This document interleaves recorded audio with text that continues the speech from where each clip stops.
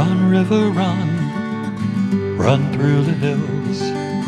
Run, river, run to the sea. Run, river, run to your place beneath the sun. Run, river, run over me. Run through the land you run. Jan Lewis, welcome to be my guest. Today we have from Jamaica Plain. Well, kind of a long trip for me, but it didn't seem that long to you? No? Okay, she's brave. Beth Castrodale, and she is the author of Marian Hatley. I wanted to say Hartley, but it's not. Marian Hatley. And boy, is this a cool book.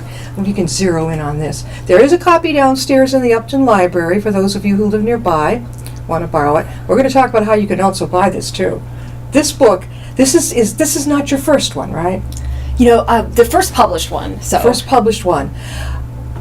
This is I don't want to give away the ending, obviously, but the mysteries involved in this, okay, from the laundry shop thing, and then she moves. Give us a brief history of what happens in this story. You know, probably the shortest way I could put it is it's set in 1931, and it's centered on the story of a seamstress who she's working in a corset and lingerie shop in Pittsburgh, and she gets into a bit of a scrape and a scandal and kind of escapes town to flee that, and she ends up taking care of an elderly aunt who she doesn't really know very well, and kind of gets involved in revealing some secrets about herself and her family, and meanwhile invents a revolutionary corset because it's incredibly comfortable, which is, as you could tell, it's a work of fiction. Do you remember seeing your grandmother's corsets? I remember their monstrosities. I've seen illustrations, and my mom drew one. But so you've seen one, and how do you eat with one of those on? Oh, it's terrible, and it's really. I would got my gas pains. Oh my God! Oh, I know. It's really awful, and you know, I think of my grandmother wore one, and she was doing farm work. So I was thinking anyone who was, you know. Yeah, it's hard to imagine. Keep going. But that's sort of the long and the short of it. She kind of she kind of unravels some secrets about her family, and then she also gets more involved in the town and some of the people there. But she, without giving away the ending, I think it ends on a hopeful note for her, even though she gets in some scrapes. So before we go any further, I want to make sure everybody sees this. This is what Beth brought in today. If you can, I don't know if you can zero in on this, Paul. The most gorgeous, beautiful fall colors. And boy, was I surprised when she walked into the studio with this absolutely beautiful, perfect for our coffee table. Did you get a picture of that at all? Absolutely beautiful. Thank you so much. Oh, you're welcome. I love flowers. And there's two, well, what would you call them? The roses. What color are those? You know, maybe, gosh, they're a little bit maybe orange and salmon or something. Beautiful. Mixed Absolutely. together. Absolutely. Oh, I'm glad you enjoy them. Oh yeah, really. Flowers in the home and in the studio are a great thing. I wish we could always have real ones, but how would I keep up with them? Yeah, it would be hard to. You can't. So now, Beth, when did you get into writing? A lot of people start as kids. Yeah, I did too. I used to make little booklets, and I would like to illustrate them. And I don't remember what age, but I've always liked to not only write stories, but actually create the physical book. I enjoy that, kind of the visual aspect of that. But so I've been writing a long time. Sometimes with interruptions, as I got older with school and work and everything else, but pretty steadily since I was a kid. Did you go to college and study language, arts? I actually, I was a journalism major, so I worked in newspapers for a little bit. In this area? My first real job was at the Cape Cod Times. So I used to live in Cape Cod. Oh, you're what town? We started off in Dennisport, and then when we moved to South Yarmouth. Okay. Oh, I remember the Cape Cod Times. Yeah. You were a journalist there. I was. When? What years? It would have been, it was 1987 to 1989. We were in the 70s, okay. So, but it's still, it's funny. I worked there for a while, but I don't see it now that I'm gone. I don't go back that often. So you don't. Do you miss it, journalism? I miss it in some ways, but I found like personally, I'm more of an introvert, and I feel like you really have to be an extrovert. You're an introvert? I am. If you could believe it. I am. I am. Maybe on the edge of maybe not the most introverted, but. I just found that journalism was tough for me that way. Really? And I ended up going into publishing, which is more, kind of working with manuscripts and that sort of thing, more of a fit for an introvert. But so you were on the Cape. Yes. Did you live there too? I did, yeah. Were you in Hyannis? I was in Hyannis originally, and then I lived in Harwichport, and then I moved to the last, I was in Falmouth, so. In Harwichport, I think it's along Route 28. Do they still have those go-go, the little race cars that you get in and have I remember as a kid, as a blast on those things. You know, it's funny. I don't know if they're still there or not. Did you ever go on them? I never did. Oh, I had 2 boy cousins, so I was the only girl in the family, and my brother was all grown up, but I remember the competition. We were going after them like crazy. I started off on my father's lap, then you get to be a certain height, and then you can go do it yourself, and then all broke loose because now I'm going to get those guys. It was fun. I hope they never let it go. It sounds like a lot of fun. I hope it was. They still have something like that, though. Are you the oldest, youngest in your family? I'm the youngest. I have 2 older twin brothers. So twins. Oh, you got big brothers. Yes, yeah. And it was a character building experience. And but no, I love my brothers. But yeah, it was a lot of fun. When you left journalism on the Cape, where'd you go from there? You know, I got a job at Bedford Books, which became Bedford Books of St. Martin's Press. Up in here in Massachusetts? Yeah, in Boston. So, yeah. Right in Boston proper? In Boston. Okay. Now it's Bedford, St. Martin's, and Macmillan Learning. They're part of Macmillan Learning. Yeah. So, but yeah, I was there for a while, and then I have done freelancing. So right now I freelance. You like freelancing? I do. Yeah, and you live up in Jamaica Plain, which is, I am so unfamiliar. I know where Cambridge is. I know Boston. So is Jamaica Plain just above Boston or just part of? It's like southwest of Boston. Like it's technically it's considered part of Boston, but of the greater Boston area, it would be southwest. So kind of, it's not too far from Brookline. Okay. I'm trying to think of like other. I always think of the Emerald Necklace of Boston. Like there's some great the Olmsted Emerald Necklace. Sure. There's a lot of spots of that along in Jamaica Plain. Yeah. But that's quite. You've lived quite a distance. You've traveled around like I have. You've lived, on the Cape. You've lived in the city. Have you lived in the suburbs at all? I grew up in the suburbs, and I kind of I think I had enough of that by the time I left. I grew up in Ohio and in the suburbs, which I had enjoyed my life there very much. But I was kind of like by the time I was out of college, I was ready to be done with suburbs and being What brought you to Massachusetts from Ohio? I got a job. I got a job at the Cape Cod Times. That is amazing. Where'd you go to school? Ohio State University. Ohio State. Would you major in journalism? Yeah, of course. Exactly. And did you know you would become an author? It's funny. It's something that I always dreamed of that happening, and I always it was always something that I entertained as a dream, but. But sometimes you probably know from your own life. Sometimes other things work and they kind of interfere with other things. But I was always trying to write on the side. Even when I was in journalism, when I was when I was in house at a publisher, I was always trying to get writing done. And so would you consider Marion Hatley a novel? Would you consider this? Well, it's fiction, right? Mystery? Maybe there's an element of mystery in the sense that Marion is kind of trying to figure out some secrets about her family. And the students in her school, she moves, right? Yeah. You know a lot about that. So this girl knows what she's talking about. And then she gets there, and then she's warned by the previous teacher. Yes. Okay, this student does this student does. I love the one where he goes, this one lights the fire in the stove in the morning. I'm like, whoops.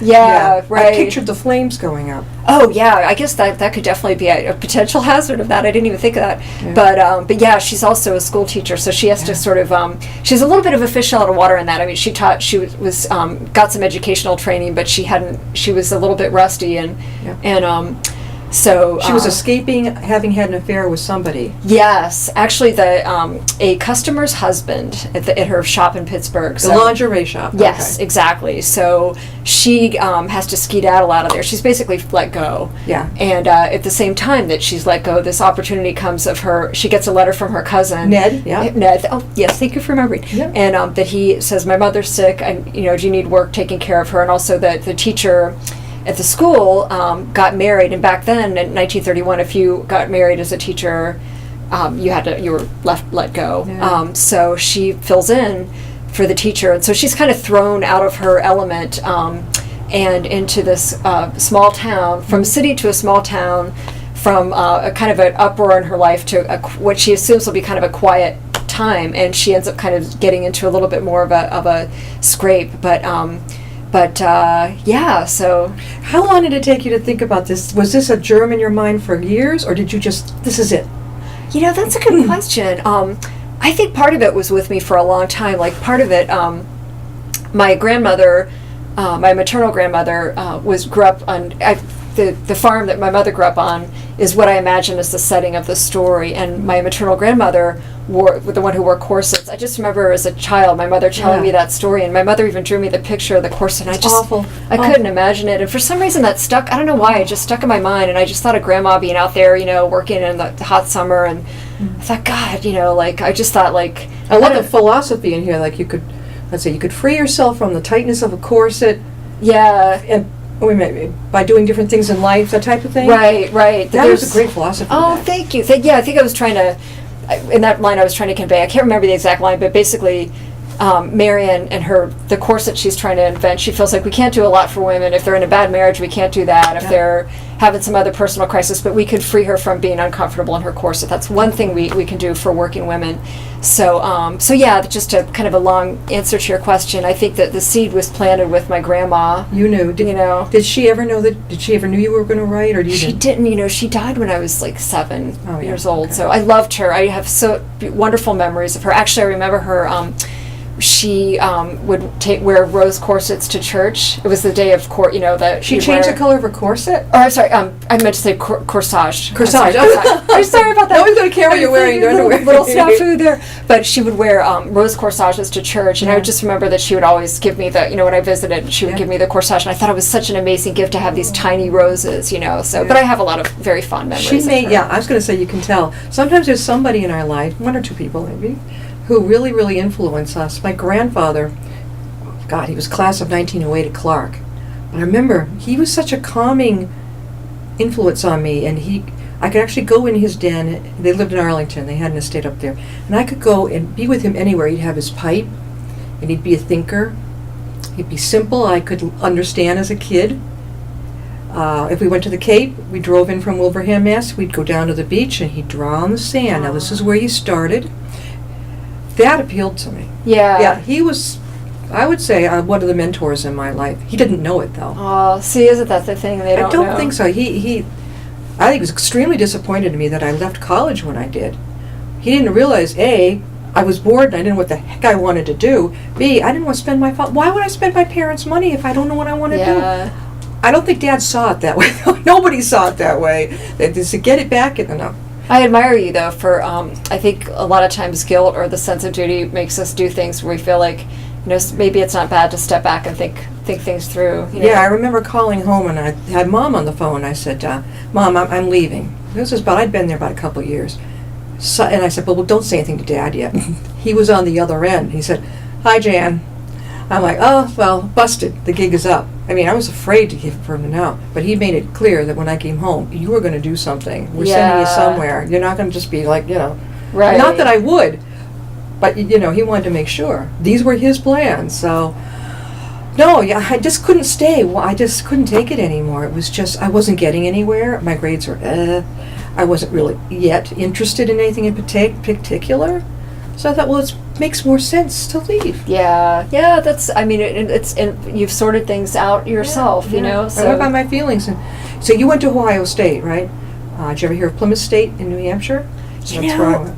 Okay. Oh, you went to Plymouth State? So is that where you graduated from? No, I left after a couple of years. Okay. That's when I told you I was just bored. I didn't know what to do. So that's where you just left left. there. Funny, I was bored because it was a party school. And I wasn't into that stuff. But I was bored because I just didn't know why I was there. I wasn't interested that much in when I was married. But you knew. You loved your journalism. Yeah, I did enjoy it. I mean, and I feel like I enjoyed, it kind of like forces you out there into learning about different situations. And so I did enjoy that. But I think it was one of those, just the fit, for the personal fit thing that wasn't working. And I feel like that my colleagues who stay in journalism, who are really willing to ask the really tough questions, and man, they're just doing such a vital service. You have found at least one of your talents. Definitely do not stop, because you're an excellent writer. Oh, thank you. She wrote Marion Hatley. It's a novel. Where can people get it? You can get it from the publisher Garland Press from their website. It's garlandpress.com, or it's also available on Amazon. And I feel like I'm forgetting a few places, but for sure.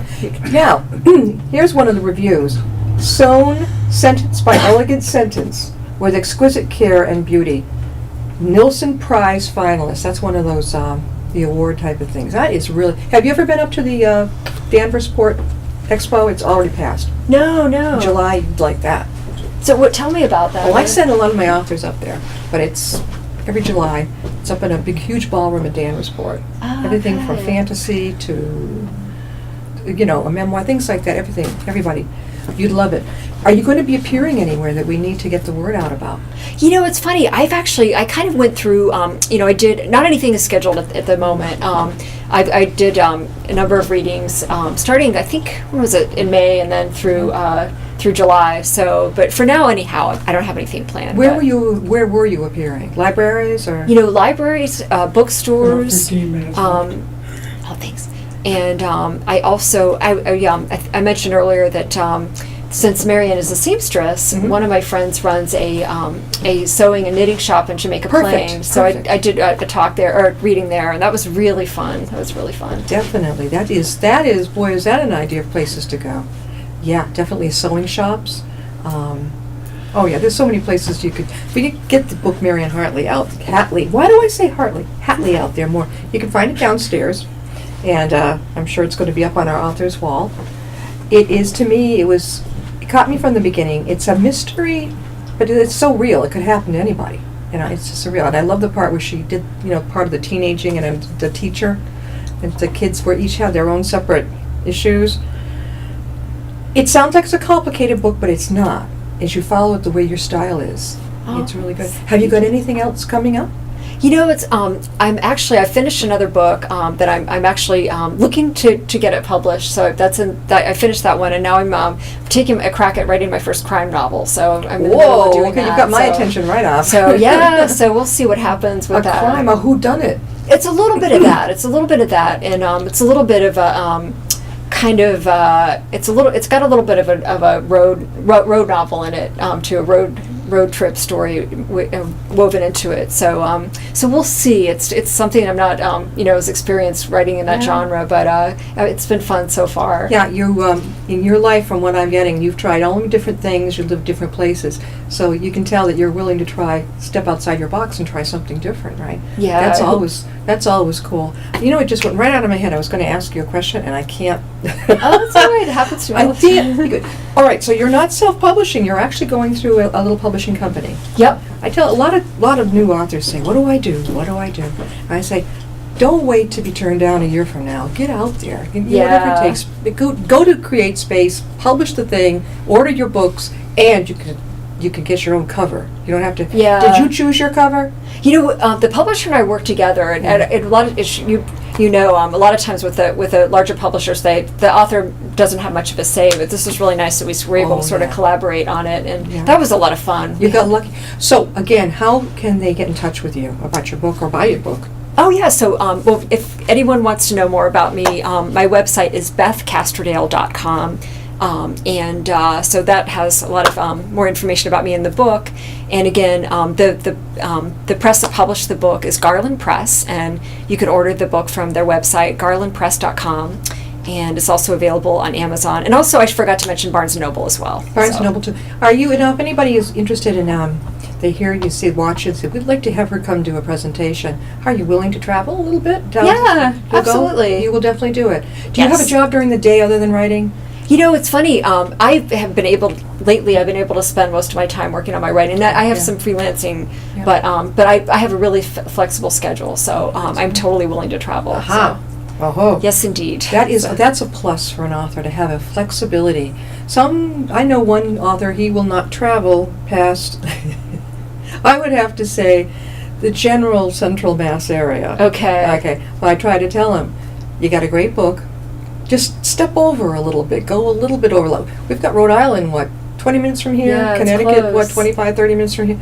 It really isn't that hard of a trip. You go the back roads and enjoy yourself.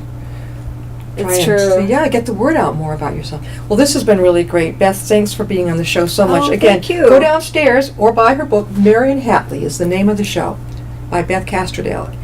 Marion Hatley. And it's got a shiny cover, all blue. The story inside will get you right from the beginning. I love your business card, too, by the way. Oh, thank you. Who did the caricature of you? You know, it's funny. I went through.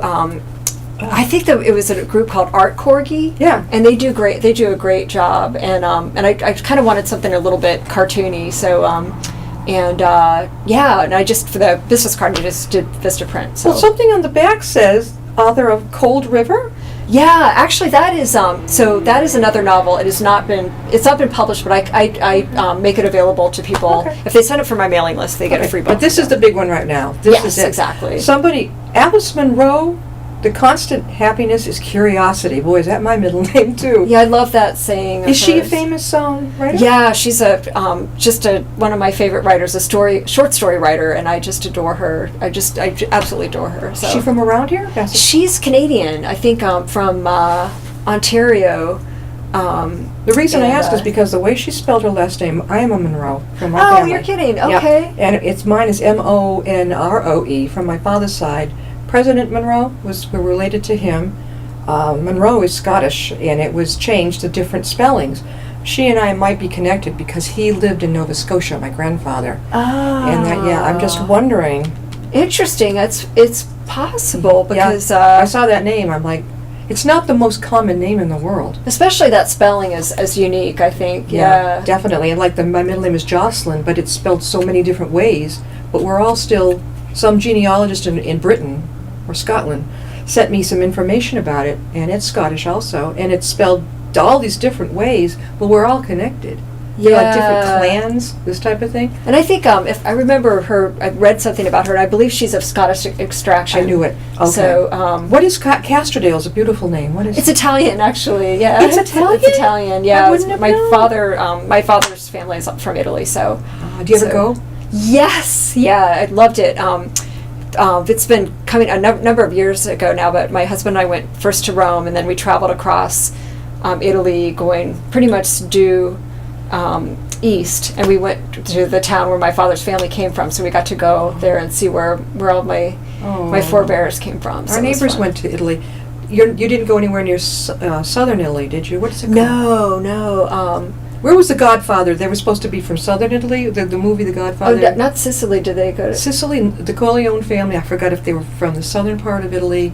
I Well, think Corleone, so. they called it Corleone, but I don't really know. So you'll get on a plane, right? You'll fly. Yeah. Oh, totally. Yeah.